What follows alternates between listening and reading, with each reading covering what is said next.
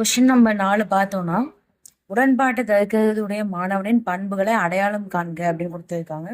இது வந்து lesson number 2 page number 24ல இது அப்படியே உடன்பாட்டை தவிர்க்கிறதுனா என்னன்னு சொல்லி கொடுத்துருப்பாங்க. லெசன் நம்பர் 2 பேஜ் நம்பர் 24ல கீழே வந்து கொடுத்துருக்காங்க. ஒருவனின் தவிர்க்கிறது வெற்றி உணர்வு, அன்பு, பாதுகாப்புணர்வு, மரியாதை, நம்பிக்கை போன்ற உணர்வுகளின் அடிப்படையில் அமைந்திருப்பது உடன்பாட்டு தவிர்க்கிறது எல்லாமே பாசிட்டிவா இருக்கும்.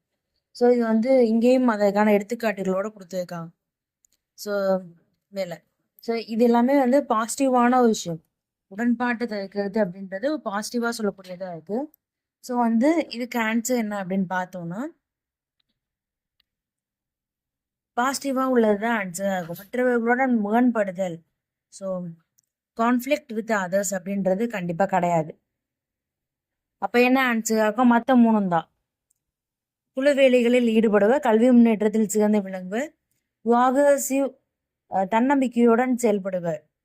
ஸோ அது மூணு தான் ஆன்சர். ஃபர்ஸ்ட் ஒன்றை மட்டும் எடுத்துட்டோம்னா ஆப்ஷன் சி தான் ஆன்சர் இதுக்கு. ஸோ இங்கேயும் அப்படிதான், கான்ஃப்ளிக்ட் வித் அதர்ஸ் மட்டும் எடுத்துட்டு மற்ற மூணும்.